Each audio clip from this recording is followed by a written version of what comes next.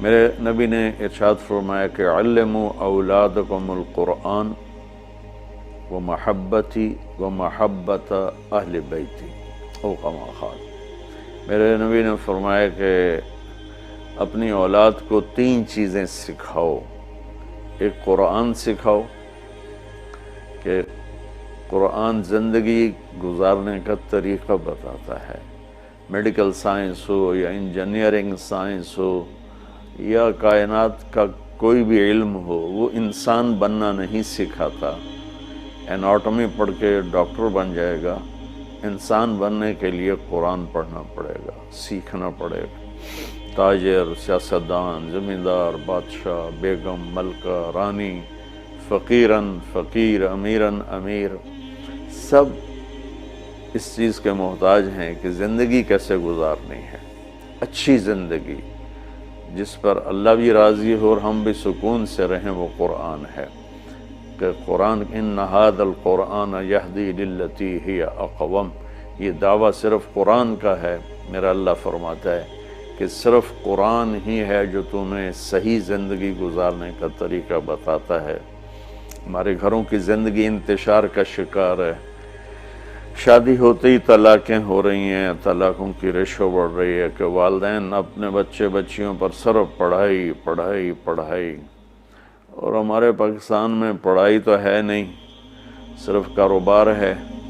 تو بچیوں کو پتہ ہی نہیں ہوتا جب شادی ہوتی ہے کہ زندگی کیسے گزارنی ہے۔ ایسے والدین کو بھی نہیں پتہ ہوتا کہ ہم نے اپنی اولاد کو کس بنیاد پہ کھڑا کرنا ہے۔ تو قرآن وہ زندگی بتاتا ہے جس پر چل کر ہر بڑا چھوٹا، بڑی چھوٹی خوشگوار زندگی گزار سکتے ہیں۔ تو آپ نے فرمایا کہ اپنی اولاد کو قرآن سکھاؤ۔ دوسرا فرمایا وہ محبت، اور میری محبت سکھاؤ کہ آپ نے فرمایا لن یؤمن احدکم حتی اکون احب الیہ من الناس وولدہ ووالدہ اجمعین۔ آپ نے فرمایا کہ اگر تم چاہتے ہو کہ تمہارا ایمان مکمل ہو تو میری محبت اپنی ذات سے، اپنے والدین سے، اپنی اولاد سے اور پوری دنیا کے انسانوں سے مجھے سب سے زیادہ پیار دو گے تو تمہارا ایمان مکمل ہوگا۔ تو اللہ کے نبی کی محبت کے بغیر ایمان کامل ہو نہیں سکتا۔ اب محبت کا کیا پیمانہ ہے، کیا معیار ہے؟ ایک ہم نے بنائے ہوئے ہیں، مختلف معیار بنائے ہوئے ہیں عشق رسول کے، محبت رسول کے، لیکن میں وہ معیار بتاؤں گا جو نہ میرا بتایا ہوا نہ کسی اور کا، وہ میرے نبی کا بتایا ہوا ہے کہ اللہ کے رسول سے پیار کرنے والے ہوتے کون ہیں۔ تو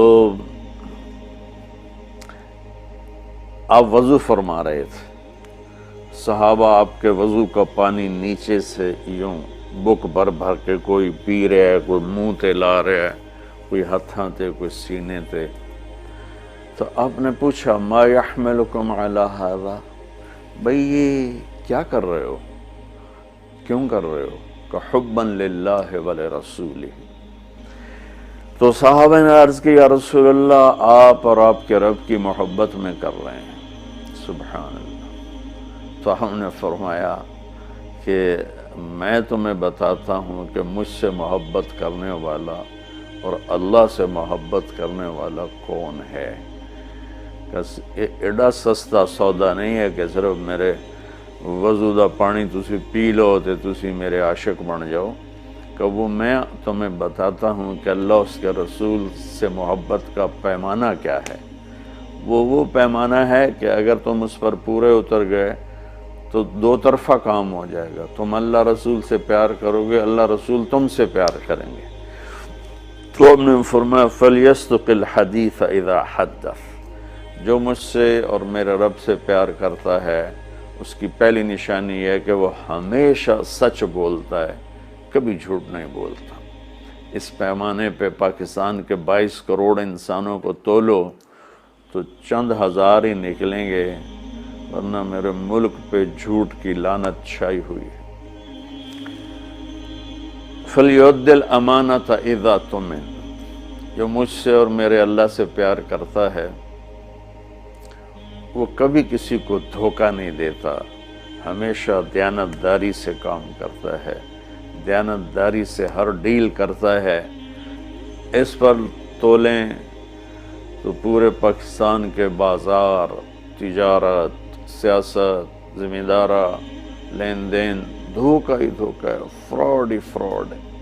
اس میں بھی چند سو ہی نکلیں گے جن کو اللہ رسول کے محبت کی گارنٹی ملے گی۔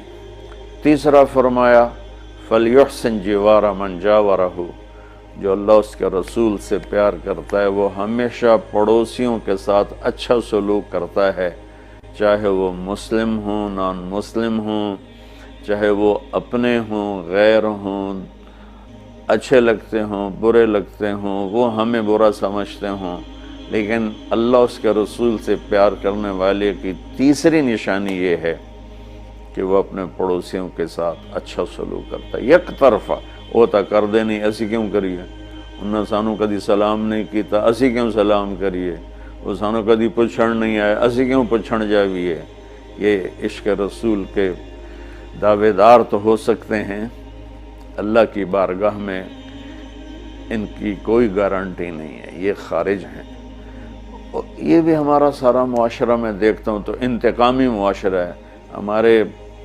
ہمارے علاقے کی مثال ہے جی، قدمہ دے قدم ہون دن، کیا مطلب کہ جو ہمیں پوچھنے آئے گا ہم بھی پوچھنے جائیں گے، جو ہمیں سلام کرے گا ہم بھی سلام کریں گے، جو نہیں کرے گا تو ایسا کیوں کریے۔ یہ میرے ملک کے اخلاق یہ ہیں، اور میرے نبی فرما رہے ہیں کہ مجھ سے محبت کی تیسری نشانی یہ ہے کہ وہ یک طرفہ ہو کر اپنے پڑوسیوں کے ساتھ اچھا سلوک کرتا ہے۔ تو اس حوالے سے نیا سال شروع ہو رہا ہے، ہم قرآن سیکھیں، اللہ کے نبی کی محبت سیکھیں۔ تیسری چیز فرمائی وَمَحَبَّتَ أَهْلِ بَيْتِ، اور اپنی اولاد کو میرے اہل بیت کی محبت سکھاؤ۔ سبحان اللہ، اس کے بغیر نہ ایمان مکمل ہے، نہ زندگی مکمل ہے، نہ راستہ طے ہوگا۔ کہ آپ نے فرمایا غدیر خم کے موقع پر جب آپ حج سے واپس تشریف لا رہے تھے کہ میں تم میں دو بڑی بھاری چیزیں چھوڑ کے جا رہا ہوں، اگر ان کو مضبوطی سے پکڑ کے رکھو گے تو کبھی گمراہ نہیں ہوگے اور مجھ سے ملو گے۔ خلاصہ کے طور پر ایک میری کتاب اور ایک میرے اہل بیت۔ تو ہم نے قرآن کے ساتھ بھی ناانصافی کی ہے اور اہل بیت کے ساتھ بھی ناانصافی کی ہے۔ درد سے کہہ رہا ہوں یہ بات، میں فرقہ واریت سے بالا تر ہو کر یہ بات کر رہا ہوں کہ ہمیں اگر ان کے گھرانے سے پیار نہیں ہے تو وہ کیا ایمان ہے اور کیسا ایمان ہے۔ تو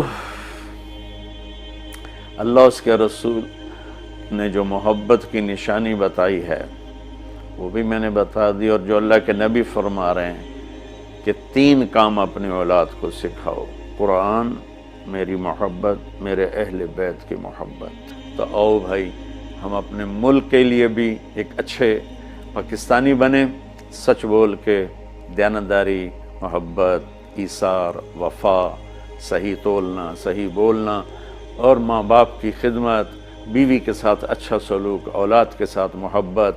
یہ سارے وہ چیپٹر ہیں جو اس وقت بالکل ادھورے پڑے ہوئے ہیں، اور صرف نماز پڑھ لینا اور حج عمرے پہ زور لگا دینا بہت اچھی بات ہے، میں کسی نیکی کی قدر نہیں گھٹانا چاہتا، لیکن اور بھی دکھ ہیں زمانے میں محبت کے سوا، راحتیں اور بھی ہیں وصل کی راحت کے سوا۔